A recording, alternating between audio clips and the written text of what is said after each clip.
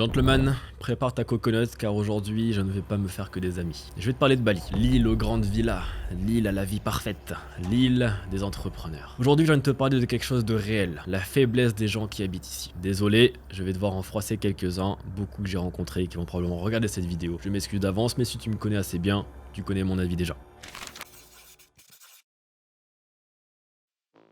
Il faut savoir qu'à Bali, la vie est extrêmement simple. Le côté spirituel est omniprésent. Tout le monde fait des séances de ayahuasca. Ils vont s'injecter des drogues un peu cheloues venant d'arbres spirituels connectés à l'énergie céleste pour se découvrir et en tirer des conclusions. Aujourd'hui, je vais essayer de t'éduquer sur un sujet qui, selon moi, est le développement personnel le plus fragilisant qui soit, tout en nuançant quand même mon propos avec des choses que j'ai pu également expérimenter et mon avis de manière assez crue sur des pratiques qui se font ici et le comportement des entrepreneurs également ici. Pour poser le contexte, j'ai débarqué à Bali il y a un an de cela. J'y ai passé 3 mois et je suis tombé dans un côté très lifestyle, entrepreneur qui veut en faire le moins possible et qui pense que simplement vivre avec moins 10 000 € par mois va le rendre heureux parce qu'il va simplement voyager, kiffer, vivre des expériences. Bon, au bout de 3 mois, je suis tombé quasiment en dépression, mon business a craché et j'ai plus rien fait. À l'heure d'aujourd'hui, ça fait plus d'un an que je suis à Bali et je suis dans une totale autre dynamique. Dans ma dynamique à moi, dans ma vision du monde, l'homme est fait pour construire, il est fait pour créer, il est fait pour édifier des bâtiments exceptionnels, pour construire des empires, avoir une mission exceptionnelle. Et je n'arrive pas à me dire que on peut simplement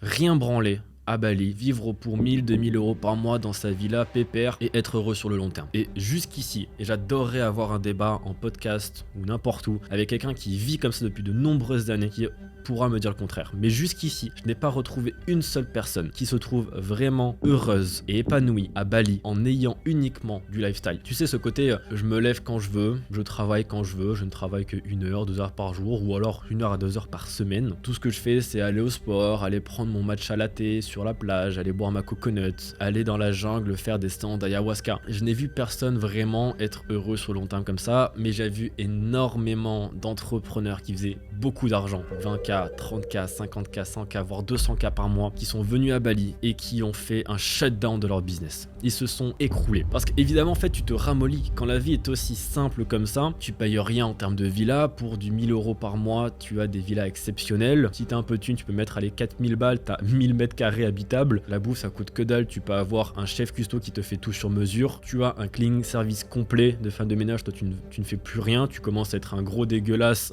qui met ses affaires partout parce que de toute façon, ça sera rangé. Et sans parler des restaurants où tu as la meilleure bouffe du monde pour 3 €. J'abuse un petit peu, mais c'est un peu ça quand même. Et puis à côté, tu as énormément d'attractions. Tu peux faire absolument tout ce que tu veux à Bali. D'ailleurs, c'est un peu connu pour ça, tout est possible à Bali. Tu peux aller nager avec des requins. Dans les clubs, tu as les femmes les plus belles du monde qui se réunissent ici pour danser, pour chanter et pour boire aussi beaucoup d'alcool. Littéralement, la vie est plus simple. Tout le monde est ouvert, tout le monde est bienveillant, tout le monde est là pour s'amuser, pour rencontrer. Donc c'est pas comme si t'étais à Paris dans la rue, que t'essayais de draguer et que tu te prenais des énormes tartes dans la gueule. Pas du tout. C'est quasiment les femmes qui viennent à toi, tellement c'est simple ici. Bref, aujourd'hui ce n'est pas de cracher sur Bali. Je vis ici, j'adore Bali et je vais te raconter aussi comment moi j'utilise l'énergie de Bali pour construire, avoir une vision de constructeur, de bâtisseur, qui est selon moi la vision qui rend le plus heureux les gens, le progrès. Donc ce que je trouve dommage, c'est qu'aujourd'hui, Bali, tout le monde vient pour se ramollir. Beaucoup viennent parce que la vie est simple, parce qu'il n'y a plus besoin de se bouger le cul, parce que X, Y, Z, et tout le monde se ramollisse. Mais au bout d'un moment, au bout de plusieurs semaines, plusieurs mois, plusieurs années à ne rien foutre, tous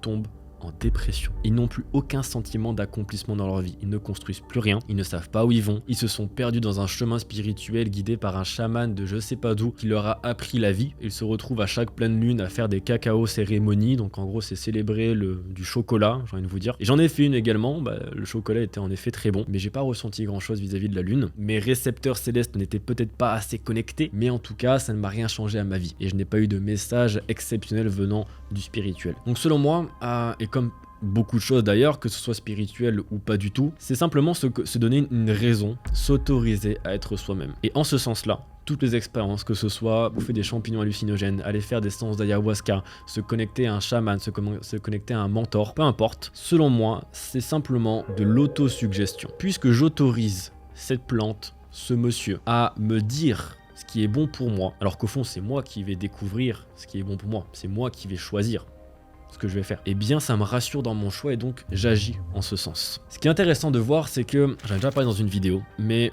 moi je vois deux catégories de personnes à Bali et j'ai pas l'impression vraiment qu'il y ait de juste milieu. Il y a ceux qui se perdent dans tout ce dev perso, toute cette facilité du quotidien qui les ramollit d'un point de vue business concrètement, même s'ils se sentent heureux, au bout d'un moment tous pètent un câble et énormément d'amis à moi sont juste partis de Bali parce que voilà, ils ont fait le tour, c'est bon, c'était marrant, c'était une petite bulle mais elle a éclaté. Et de l'autre côté, il y a les ultra performeurs. Ils sont dans des villas 80% de leur temps et tu les vois ensuite se trimballer en claquettes sur le sable en train de boire une coconut. Mais 80% de leur temps, ils sont dans des villas qui sont gigantesques et ils bossent et ils tapent.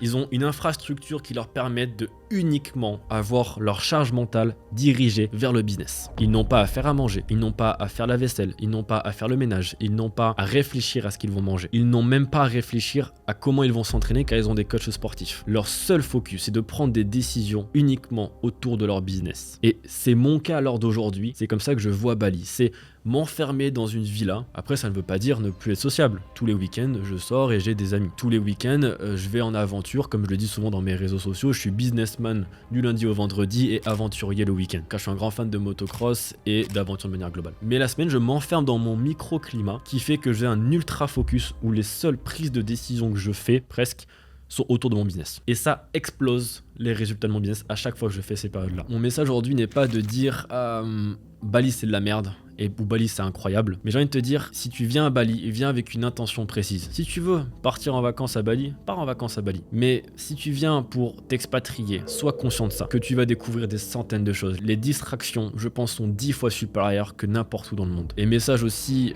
à toutes les personnes qui me regardent, qui sont à Bali et qui sont tombées dans cette faiblesse-là de se recueillir dans tout ce qu'il y a autour de soi pour se sentir bien, avoir des émotions positives en permanence et le spirituel, etc. machin.